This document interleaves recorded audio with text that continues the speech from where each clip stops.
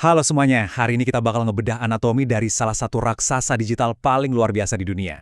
Kita akan menganalisis lebih dalam tentang infrastruktur TI dari data center global milik Google. Pernah nggak sih Anda ngebayangin apa sih yang sebenarnya terjadi di balik layar setiap kali Anda ngetik sesuatu di mesin pencari atau muter video secara online? Kita sering banget ngerasa kemudahan ini tuh hal yang biasa aja. Padahal fondasi yang nopang itu semua bener-bener sebuah keajaiban teknologi modern loh. Nah, kalau kita ngomongin skala operasi hariannya Google, ini benar-benar di luar nalar. Angka kuncinya cuma satu kata, miliaran. Ya, miliaran pencarian setiap hari. Belum lagi jutaan video streaming, penyimpanan data dari seluruh penjuru dunia, sampai komunikasi real-time antar benua. Skala ini tuh ibarat ngurusin perpustakaan seluruh umat manusia, tapi Anda harus ngelayani permintaan bukunya secara instan, setiap detik. Mereka ini nggak melayani satu kota atau satu negara, tapi melayani seluruh planet ini. Hal ini ngebawa kita ke satu pertanyaan yang lumayan bikin merinding. Coba bayangin sejenak ya, apa resiko terbesar kalau infrastruktur raksasa ini tiba-tiba down atau mati total? Kalau server Google lumpuh, itu bukan cuma sekedar gangguan kecil kayak kita nggak bisa buka email. Bisnis bakal terhenti, komunikasi global terputus, layanan navigasi kacau balau, dan jujur aja, roda ekonomi digital dunia bisa dibilang bakal mogok total. Taruhannya tuh sebegitu tingginya, yang berarti infrastruktur mereka sama sekali nggak punya ruang untuk gagal. Biar kebayang gimana caranya mereka mencegah skenario kiamat digital tadi, di sesi eksplorasi kali ini kita bakal bahas 6 hal krusial. Kita mulai dari skala raksasa layanannya, terus 5 tantangan utamanya, kita bedah anatomi teknologinya, gimana AI jadi benteng keamanan mereka, inovasi grand computing, sampai apa dampaknya buat bisnis. Oke, kita langsung masuk ke bagian pertama, skala raksasa layanan Google. Ini adalah ekosistem yang bisa dibilang udah nyatu banget sama urat nadi kehidupan kita sehari-hari. Coba deh kita absen layanannya. Ada search engine, Gmail, YouTube, Google Drive, Maps, sampai cloud computing. Masing-masing layanan ini, kalau berdiri sendiri aja tuh udah jadi raksasa teknologi. Tapi di bawah naungan Google, mereka semua beroperasi berbarengan, saling terhubung satu sama lain, dan ngelayanin permintaan real-time dari miliaran pengguna. Bikin satu layanan aja jalan mulus itu udah mimpi buruk logistik loh. Jadi bisa ngebayangin kan gimana ajaibnya mempertahankan ini semua jalan bareng-bareng? Lanjut ke bagian kedua. 5 tantangan utama infrastruktur. Tentunya, beroperasi di level dewa kayak gini pasti ngundang musuh dan rintangan yang skalanya sama gilanya. Nah, ada 5 rintangan raksasa yang harus ditaklukkan Google setiap detiknya. Pertama, skalabilitas. Mereka harus siap menerima lonjakan trafik mendadak tanpa lag sedikit pun. Kedua, availability. Layanan ini wajib nyala 24 jam sehari, 7 hari seminggu. Nggak ada kata libur. Ketiga, low latency alias kecepatan akses. Pengguna di Jakarta atau di New York harus dapat respons secepat kilat yang sama. Keempat, ancaman keamanan siber yang datangnya bertubi-tubi tiap detik. Dan yang kelima, gimana caranya ngasih tenaga ke raksasa ini tanpa menguras habis energi bumi. Kita masuk ke bagian ketiga, anatomi teknologi penopang Google. Sebenarnya, senjata rahasia apa sih yang mereka pakai buat ngelawan tantangan-tantangan tadi? Ini dia cetak biru dari benteng digital mereka. Di sisi hardware, mereka nyebarin ribuan server secara global. Untuk softwarenya, mereka nggak pakai sistem operasi biasa, tapi pakai distributed OS khusus bikinan mereka sendiri. Database-nya, mereka bersandar pada sistem raksasa kayak Bigtable dan Spanner. Untuk jaringan, mereka ngebentangin fiber optik di seluruh penjuru dunia. Solusi cloud mereka digerakkan oleh Google Cloud Platform. Dan buat keamanannya, ada AI yang mantau tanpa henti. Jadi mereka ini bukan sekedar beli server di pasaran ya, mereka benar-benar ngebangun ekosistem TI dari nol. Satu poin yang super krusial di sini adalah konsep distributed data centers. Simpelnya, Google nggak naruh semua telurnya di satu keranjang, mereka ngebangun fasilitas ini menyebar di berbagai negara. Kenapa? Biar latensi atau jeda waktunya itu minim banget. Jadi pas Anda akses data dari negara sendiri, datanya nggak perlu repot-repot nyebrangin lautan dulu.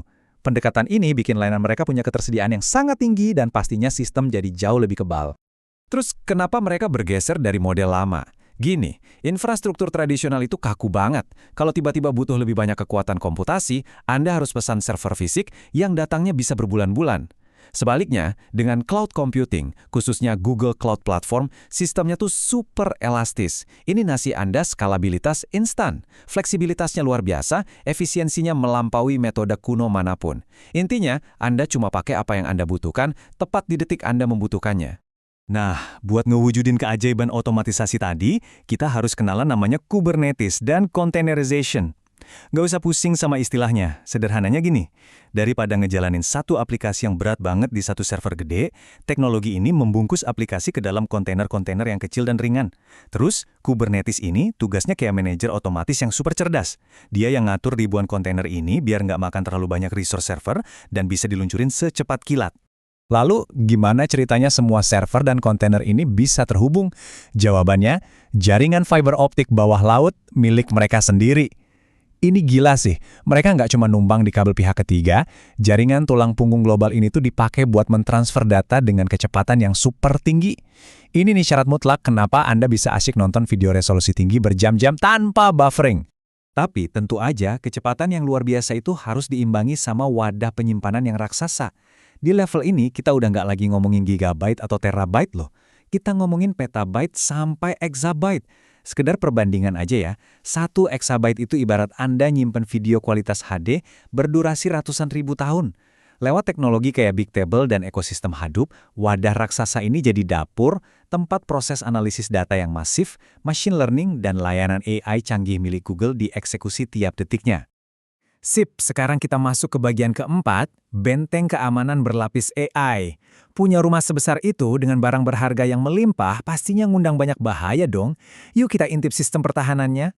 Konsep nomor 1 yang bikin jaringan ini kebal banget adalah Zero Trust Architecture.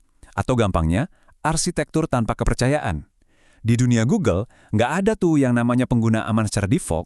Nggak peduli apakah yang minta akses itu datang dari luar jaringan, atau dari orang di dalam kantor mereka sendiri.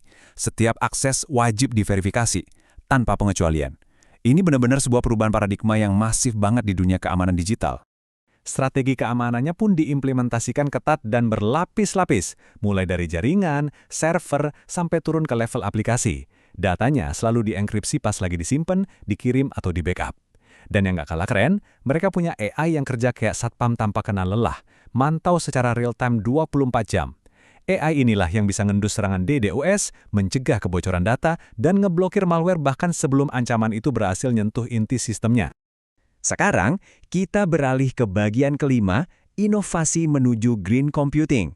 Ngidupin server sebanyak itu, sambil nangkis jutaan serangan cyber tiap hari, pastinya butuh pasokan listrik yang, ya, sangat masif. Google sangat sadar kalau sekedar nyedot energi bumi buat pusat data itu jelas nggak akan bertahan lama. Makanya mereka memelopori 4 solusi yang cerdas banget. Pertama, mereka invest besar-besaran di energi terbarukan. Kedua, sistem pendingin servernya dioptimasi secara ekstrim. Ketiga, ini yang unik. Mereka pakai AI buat manajemen energi. Jadi AI ini bisa nebak kapan suhu di luar sana lagi lumayan dingin buat ngebantu dinginin perangkat. Dan keempat, efisiensi hardware itu sendiri terus ditingkatkan. Hasilnya, Google sukses jadi salah satu operator data center yang paling ramah lingkungan di planet ini. Akhirnya, kita sampai di bagian ke-6, dampak bisnis dan kesimpulan. Secanggih apapun teknologinya, kalau nggak bawa hasil nyata ya cuma jadi eksperimen sains saja kan? Jadi apa sih dampak bisnis yang sebenarnya? Semua keandalan teknis yang luar biasa tadi pada akhirnya berbuah manis jadi dominasi pasar yang absolut. Secara operasional, punya sistem yang cepat dan stabil 24/7 itu menjamin miliaran pengguna bakal terus pakai layanan mereka.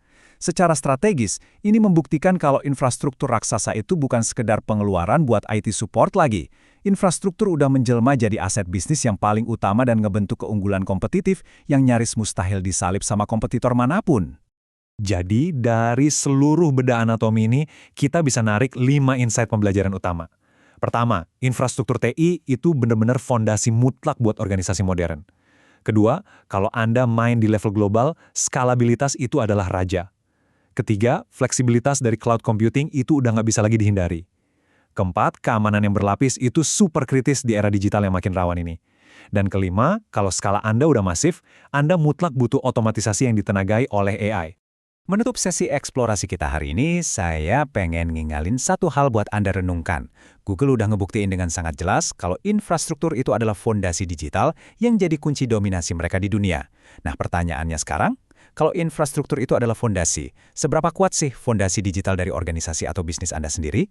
Apakah fondasi itu udah siap menopang inovasi masa depan? Atau jangan-jangan bakal runtuh kalau kena sedikit tekanan? Coba dipikirkan ya. Terima kasih banyak udah bergabung di sesi bedah kasus yang luar biasa ini. Teruslah belajar dan sampai jumpa di eksplorasi seru berikutnya.